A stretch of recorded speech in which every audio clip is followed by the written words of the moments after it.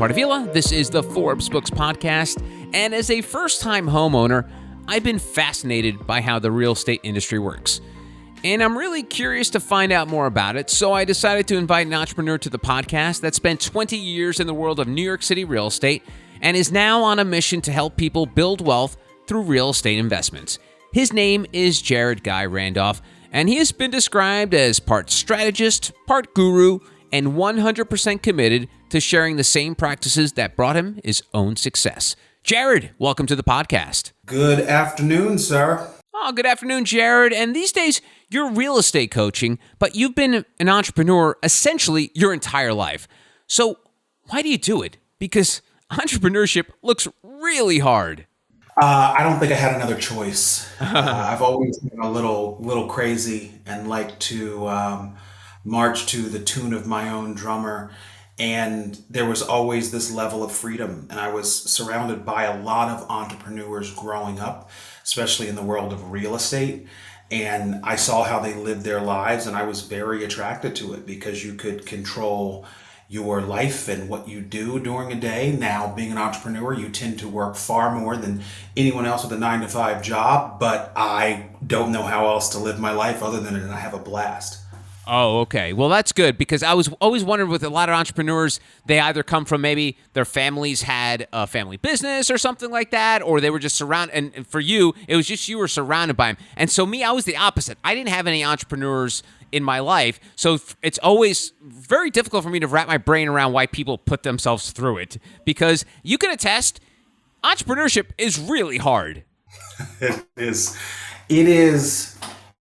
It's challenging, but what I like about it is when you start to deal and are able to advance through crisis. And it seems like as an entrepreneur, you're always dealing with crisis. I don't mean someone's life is going to end. I just mean crisis from the standpoint of challenges.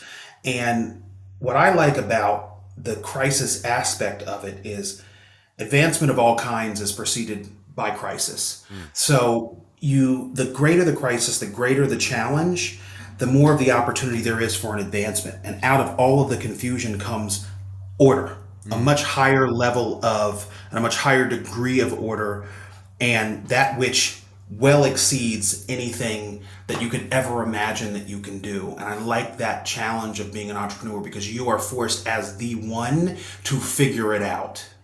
I love that. And I want to dig into that crisis piece a little bit because, and I know this is going to be a blanket statement, but I feel like a lot of entrepreneurs did well or survived during the pandemic because of that genetic makeup of trying to deal with crisis. Do you agree with that perception that like entrepreneurs in a way were sort of mentally and physically prepared for something like that? Yeah, absolutely. Because you're a fixer.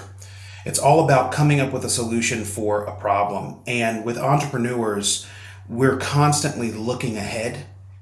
You can't look back. Because looking back is just looking back at a series of endings.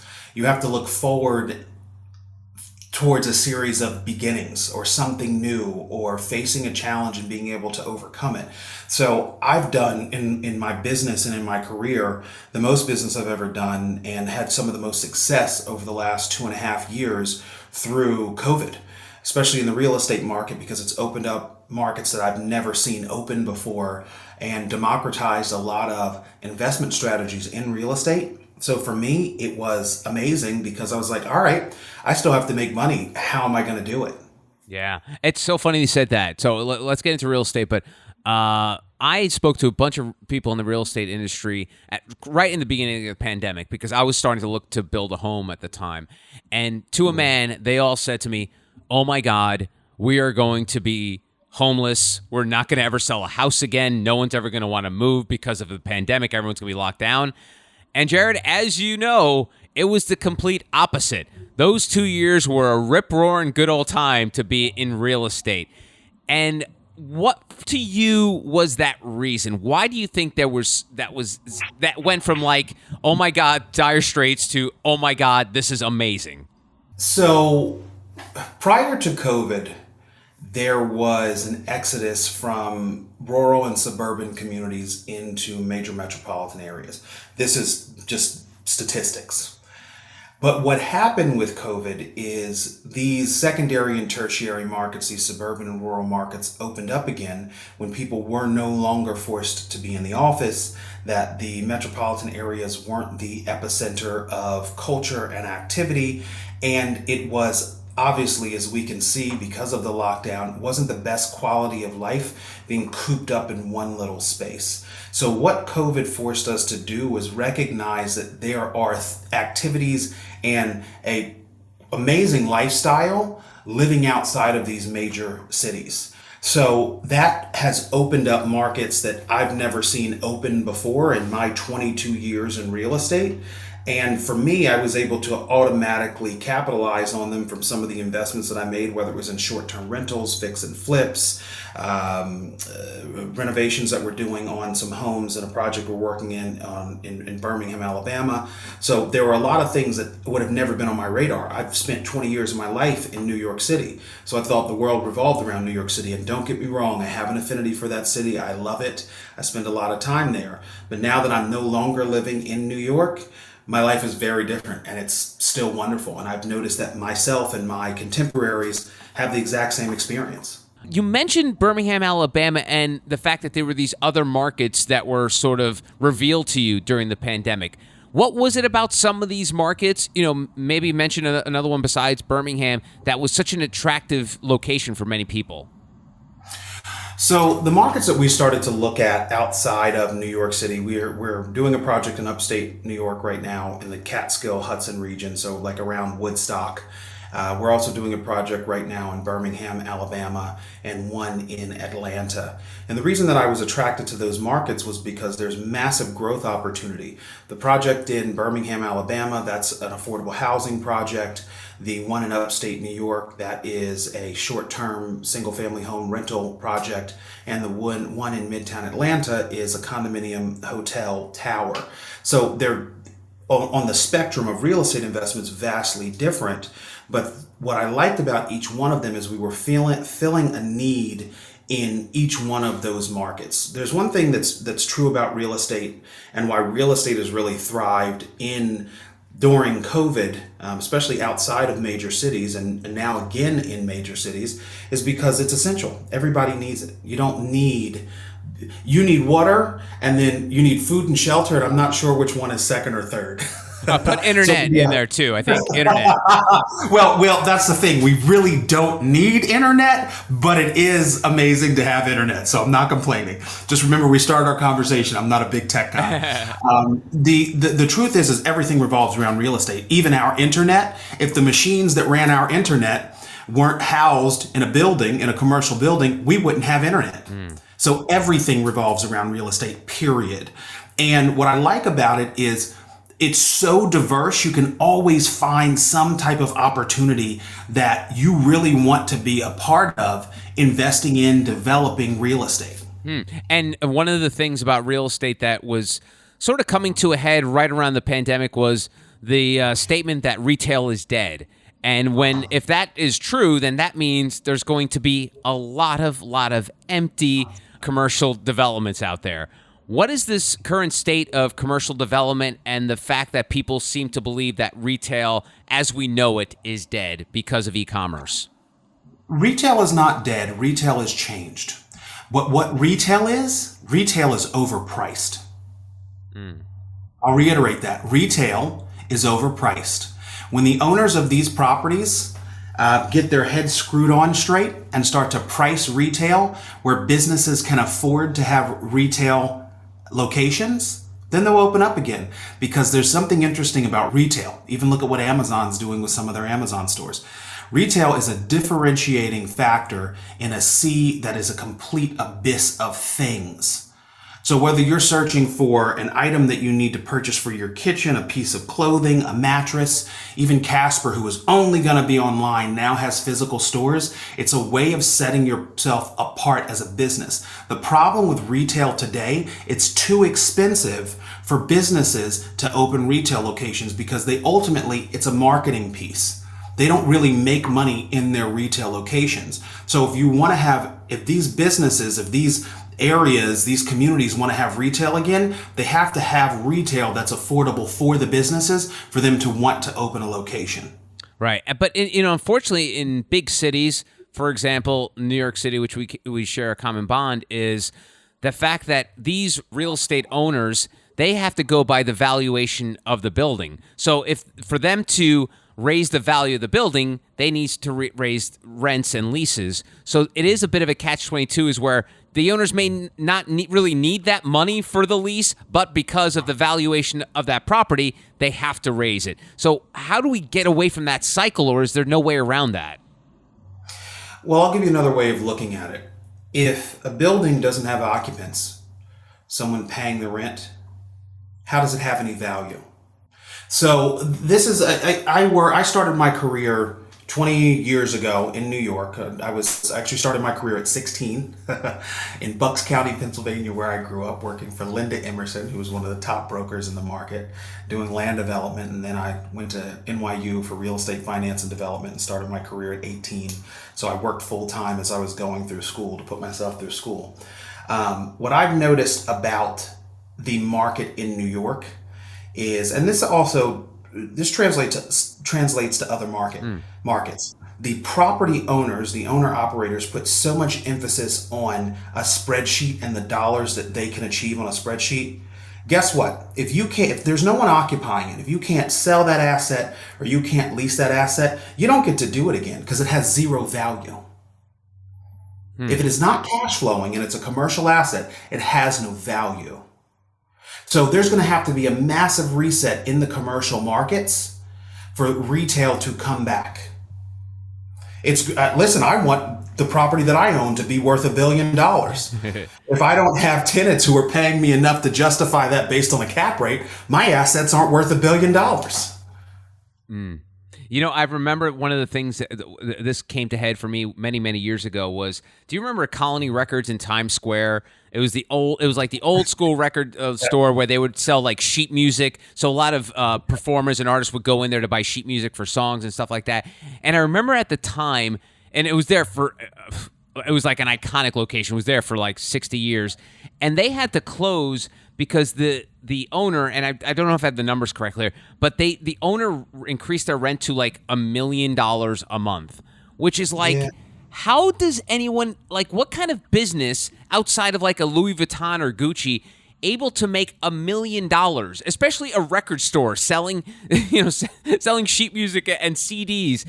It's mind-boggling to think that some of these rents and leases are so high, yet and all it's doing is just destroying neighborhoods, because you're having iconic restaurants and stores being closed down because of this sort of race to raise the value of your property. Well, what it is, it's a race to the bottom. And they are delusional, and it's fine. They can be delusional. Some of them own these properties and have no debt on them. So if you look at the New York market alone, I think it's roughly 70% of the commercial properties in New York, so that's retail, hotel, land, office, have been owned by families for 41 years on average. 41 years, 4 decades. They don't have debt on these buildings. So a lot of them can have these outrageous prices and let it sit vacant until somebody shows up and says, I'm going to pay rent. The problem is no one's showing up and saying that I'm going to pay rent.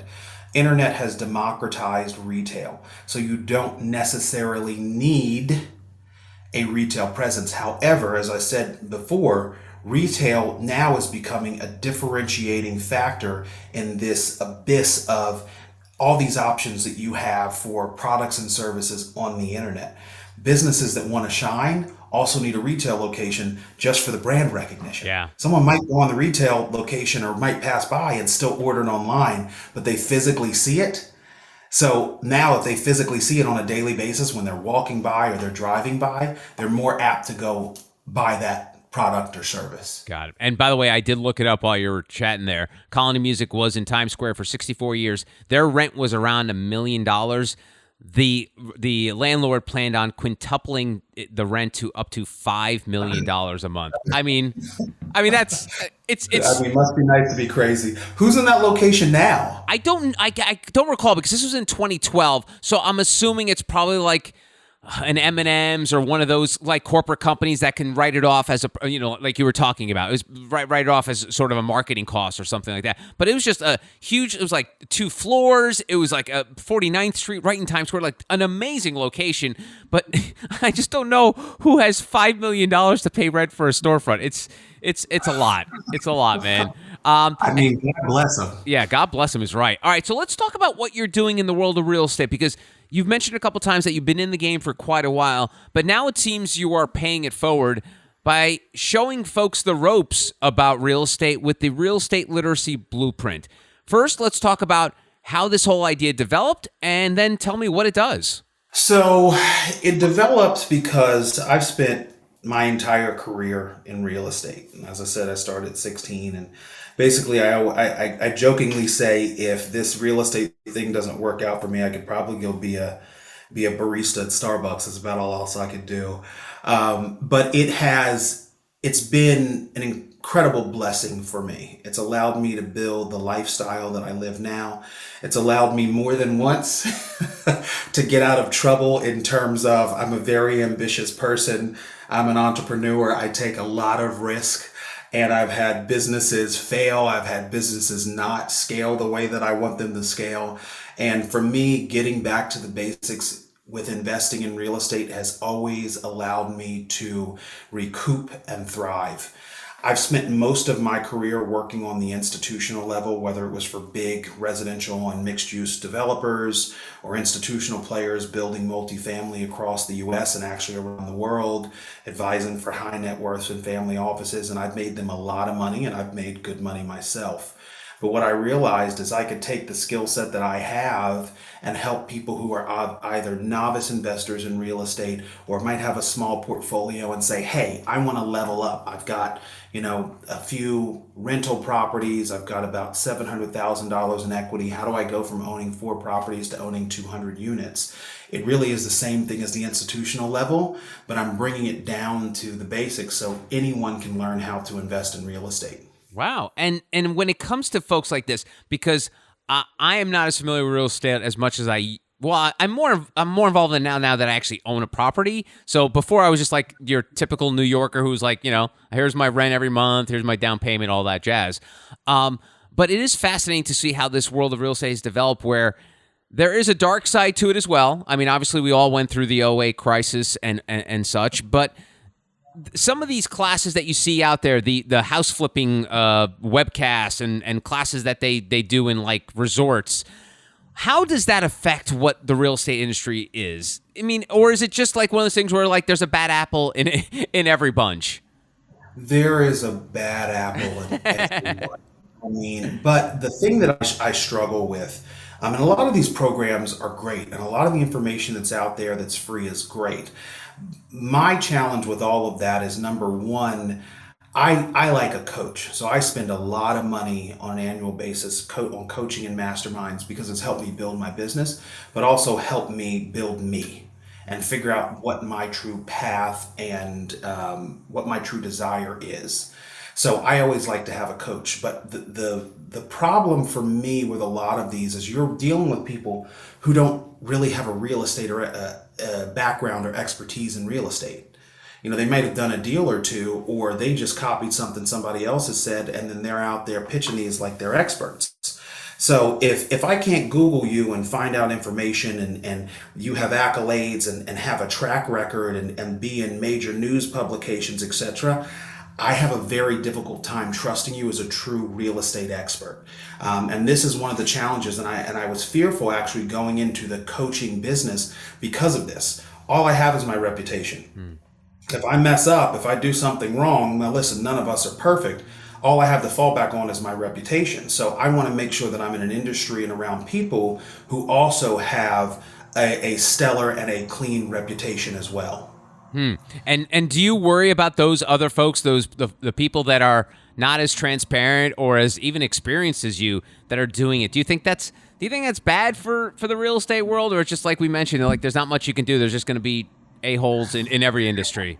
I don't think there's much you can do. There's going to be a-holes in every industry. And the truth is that I don't really focus on that anymore. It was something that was part of the conversation with my team in the beginning, but I quickly got over it because I realized that I have a voice and I have something to give back to people and to communities to help them better themselves and grow. So you worried about that too? You worried about that on the surface? Oh, are people going to think I'm another real estate shyster? Interesting. Yeah, I really did. But I got over myself, as I typically do, and I said, no, I have a voice and I have something to say that's actually going to be able to help people. Interesting. So the real estate literacy blueprint, who's it for? Like, who is because, as an entrepreneur, you know the drill. Find a problem, fix a problem. What are you hoping to fix with the RELB? So what I'm hoping to fix is helping people understand what the options are very clearly with investing in real estate. So my motto is building real self and real wealth. So it's putting all the fluff aside and the great branding that's been created around it. It's true. You have to figure out what your passion and purpose is. And if you don't have a passion and purpose in anything that you do, you're just not going to do it.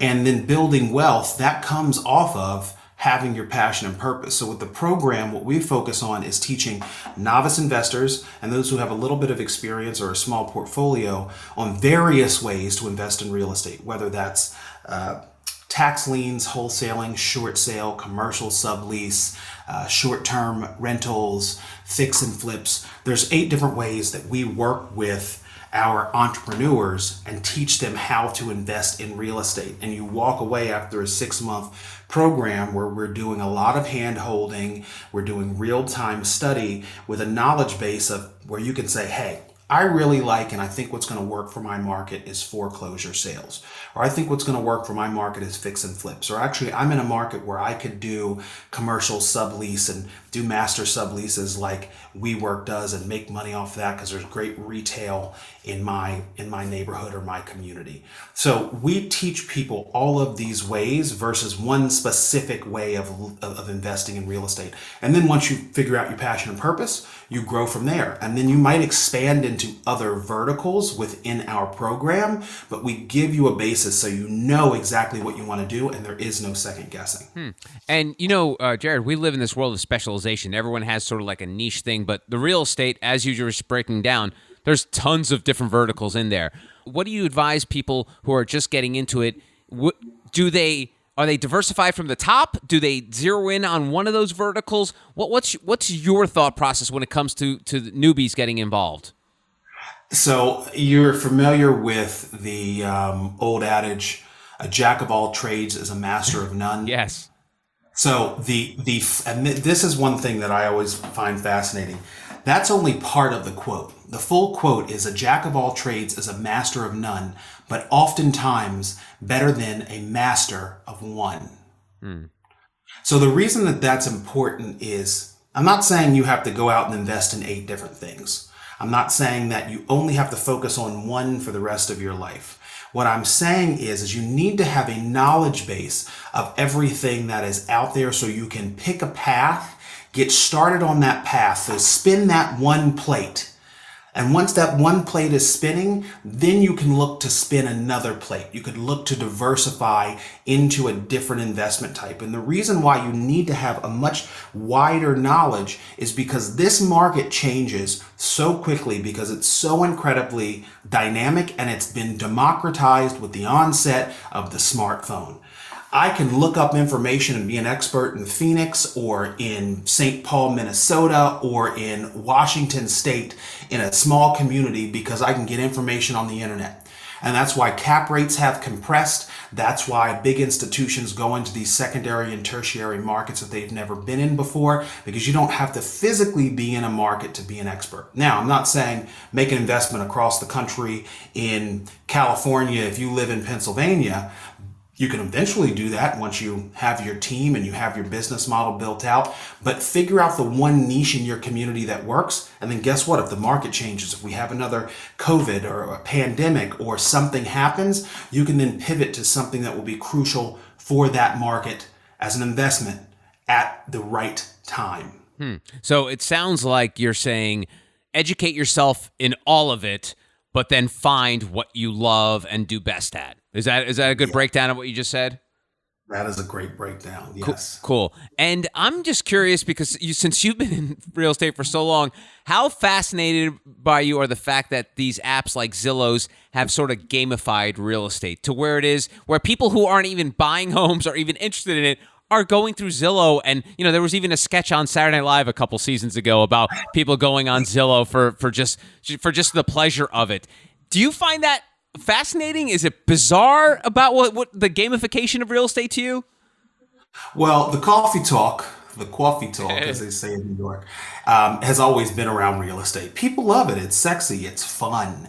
So Zillow and the Street Easy, Zillow owns Street Easy, but the Trulias and the Zillows and the Redfins of the world, they just basically took what was something that was already part of conversation and created a system around it, so someone could go out and get more information, be a voyeur, look at other people's homes, look at real estate in their market. It's always been fascinating. And the reason it's been fascinating to people is because the psychology around a home.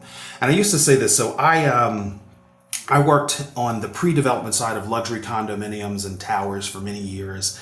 And then I branched off. I helped some firms build out their new development, pre-development divisions. I had my own consultancy and my own real estate brokerage in New York City. And I used to get these guys and gals who would come with their spreadsheets from Wall Street. And one time I had this guy who came and he said, well, this apartment's not worth $2,500 a square foot. It's only worth $2,150. And I said to him, listen, I want you to tomorrow get up, put on your coat, take your briefcase, go down to your office on Wall Street, and your building's on fire. How are you going to feel? He's like, that would suck. It'd be annoying. Now I want you to go home tonight at 7 o'clock. It's dark. It's cold because it's the end of November. It's probably raining right now. Your wife and your kids are in their pajamas, no shoes on, standing on the street, and your apartment's on fire. How are you going to feel? Put your spreadsheet away. You're either going to buy the apartment that's going to make you happy and live the life that you want to live because you can't afford it, or we can find you something else that's cheaper. But stop with the numbers. It's such an emotional attachment, whether you're the CEO of a Fortune 500 company or somebody who's in the garbage union. Your home is your sanctuary. It is where you find your protection and your solace. That's why people always have an affinity, especially around residential real estate. Lastly, Jarrod, and this is a bigger question, probably not sure if we can even delve too deep into it in this conversation, but it's pretty hard to argue that real estate is the one true asset that builds generational wealth. Yes. How do we help Black, brown, poor people? How do we help people create this generational wealth with home ownership? Because I feel like this is the one question that gets brought up all the time when it comes to affordable housing and such. Like, how do we get these people into buying homes? As someone who bought my first home, I had to scrape and claw and use like IRA and savings to buy my home. But I know a lot of people don't have that. The other folks have generational wealth. And then I'm not talking about millions of dollars, but I'm talking about their parents bought a home in the 60s, then they bought a bigger home in the 80s, and now they passed that home down to their kids in the 2000s. There are very few people out there that are fortunate enough to have this generational wealth passed down to them. What's your take on this? How do you feel like we can help people across the country build this wealth from the ground up with home ownership? Great question. Wow. That is an excellent question. So I'm going to approach this a very different way than just, you have to save up money and get into an investment course. Yeah. I'm going to approach it a very different way. So I'm a minority. Okay. And what I've learned, which has been very interesting to me, is if you look at post-World War II in the 50s, and mainly in the 50s, when they were building the Sears catalog homes, the Levitowns, that white soldiers were offered housing and subsidies for housing and Black soldiers weren't. And that's where the segregation truly started in the housing market. So it was something that was institutionalized, and we still deal with redlining, where that's, don't live in these neighborhoods because this minority or this ethnic group or this religious group lives here. Redlining, where you literally take a red pen and circle on a map. A real estate broker, don't do this. In fact, it was, I think 4 or 5 years ago, 5 brokerage firms in Long Island, there was a big report on, I was either MSNBC or NBC, got caught for doing this. Yeah. Even today, they're still doing it. Yeah. So we have to start with the fact that this is an institutional problem, but that's not an excuse. And the only way to start to shift that and get minority groups and educate them around investing and owning real estate is to shift the paradigm. This isn't about money. This is about the psychology. And paradigm shifts come from 4 key things. Number 1 is conscious awareness. So being aware of what you don't know and what you do know, and understanding that there's ways out there to grow and get the education that you need to become the person that you want to become. 2 is determined imagination. So it's holding that vision of what you want. Number 3 is constant spaced repetition. It's not going to happen overnight. You got to work on it on a daily basis. Number 4 is getting emotionally involved. So that's having that intense desire. But most importantly for all 4 of these aspects, is having a feeling of deserving. And the communities themselves have to come together to change the paradigm first, to change what has been institutionalized as an issue in America, for them to start to own more property, focus on investing in real estate. Now, one of the things that I'm doing with my program, and one of the reasons that I'm focused on developing in Birmingham, Alabama right now, and I'm starting to raise capital for this, we're doing a $17 million raise for it, is because we're going to create a rent-to-own program with the assets that we're buying. And the city will subsidize the down payments for the residents of the community, and it's a heavily minority community. So corporations, developers, businesses also have to look to invest in these communities to create home ownership opportunities within these minority communities, because frankly, it's giving back to the community, and there's also a lot of money to be made, and there's nothing wrong with that. Giving back and making money at the same time, there's nothing wrong with that. Well, Jarrod, thank you very much, man. I waited for the big question to the end, so you got warmed up. So it sounded like you were ready for that one. I loved it. That was. I don't get that question very often. That was beautiful. Thank you. Well, honestly, and I think we all have like recency bias to me, and I was just, as I was mentioning, buying my first home, and I go to, and I sometimes I always try to externalize what I'm thinking internally, and I'm like, it was really hard for me. And I'm a white guy who's been working since I was 20 years old, and I was just able, by the skin of my teeth, able to buy a home. A lot of people don't have that opportunity or even the chance to. And I know the story you're talking about in Long Island that was well publicized. I think they did a story about it on HBO during Last Week Tonight about that. So it's a big problem out there, and I feel really bad. And I'm glad there's people like you out there that are spreading the good word and showing people that there is a way, there is a path to that generational wealth through real estate. His name is Jarrod Guy Randolph. Jarrod, thank you so much for the time. I really, really appreciate it. Amazing, brother. Thank you so much. And that is it for another episode of the Forbes Books Podcast. If you enjoyed the show, make sure you take a second to subscribe so you automatically get new shows when they drop. Also, if you have a minute, I would love if you left us a review so more amazing entrepreneurs like yourself can discover the show. And please, don't forget the golden rule and treat others as you want to be treated. Thanks for listening. Until next time, adios.